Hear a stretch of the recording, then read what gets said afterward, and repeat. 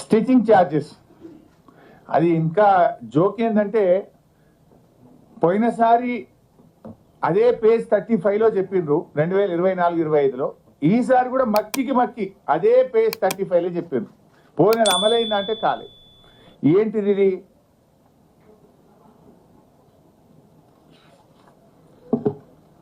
Page 35లో మీరు చూస్తే school యూనిఫామ్ల కుట్టి ఛార్జీలను జతకు 50 రూపాయల నుంచి 75 రూపాయలకు పెంచడం జరిగింది అని ఇంకా చాలా ఎక్కువ చెప్పారు. దానికి టైం లేదు. ఈసారి కూడా మీరు చూస్తే ఇది ఈ సంవత్సరం బడ్జెట్ బుక్.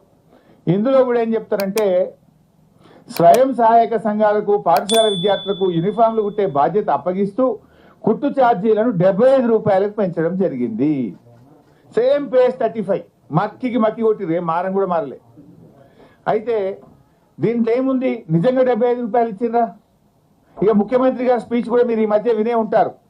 గత ప్రభుత్వం ఉన్నప్పుడు 25 రూపాయలు ఇచ్చింది, మేము 75 చేసినామని చెప్పి ఆయన ఇంకింత అబద్ధం మాట్లాడు. ఓపెన్ స్పీచ్ ముఖ్యమంత్రి గారు బహిరంగ మీటింగ్లో చెప్పింది. నిజమేంటంటే మేమున్నప్పుడు 50 రూపాయలే ఇచ్చాము, మేము మహిళా సంఘాలకే ఇచ్చాము, ఈ ప్రభుత్వం కూడా 50 రూపాయలే ఇచ్చింది. నేను ఇప్పుడు కూడా డౌట్ వచ్చి మా పల్లా రాజేశ్వర రెడ్డి గారు కూడా వాళ్ళ ఎంఈఓకి ఫోన్ చేసిండ్రు. నేను కూడా మా ఎంఈఓకి ఫోన్ చేసిన. కొత్త ప్రభాకర్ అన్న కూడా వాళ్ళ దుబ్బాకి ఎంఈఓకి ఫోన్ చేసి అడిగిండు, ఏంది భయ్ మీరు 50 రూపాయలు వచ్చినాయా 75 రూపాయలు వచ్చినాయా అని అడిగితే వాళ్ళు స్పష్టంగా చెప్పింది ఏంటంటే 50 రూపాయలే వచ్చినాయి సార్, 75 రూపాయలు రాలేదు అని స్పష్టంగా చెప్పడం జరిగింది. అంటే దీన్ని బట్టి స్టిచ్చింగ్ ఛార్జీలు ఈ రాష్ట్రంలో ఏ మహిళా సంఘానికి కూడా ఈ రోజుకు 75 రూపాయలు రాలేదు, వచ్చింది 50 రూపాయలు మాత్రమే. బట్టి గారు మధురకు పోయి మీ మహిళా సంఘాలను అడుగుదామా, లేదు సిద్దిపేటకు వస్తావా మా మహిళా సంఘాల దగ్గరికి పోయి 75 రూపాయలు ఏమైనా ఇచ్చిందా అని అడుగుదామంటే నేను I'm ready, are you ready అని అడుగుతున్నా.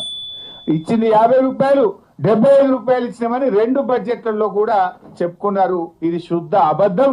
ఇది మహిళా సంఘాలను మా అక్క చెల్లెలను ఈ ప్రభుత్వం దారుణంగా మోసం చేస్తుంది.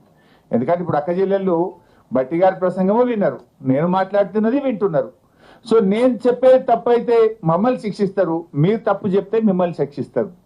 మీరు చెప్పడం మహాలక్ష్మి మాది మహిళల కోసం అని పెద్ద పెద్ద మాటలు చెప్తున్నారు, కానీ ఇలా వడ్డీ లేని రుణాల్లో మహిళలకు మోసం, స్టిచ్చింగ్ ఛార్జెస్ లో కూడా మహిళలకు మోసం చేస్తున్నారు. ఇక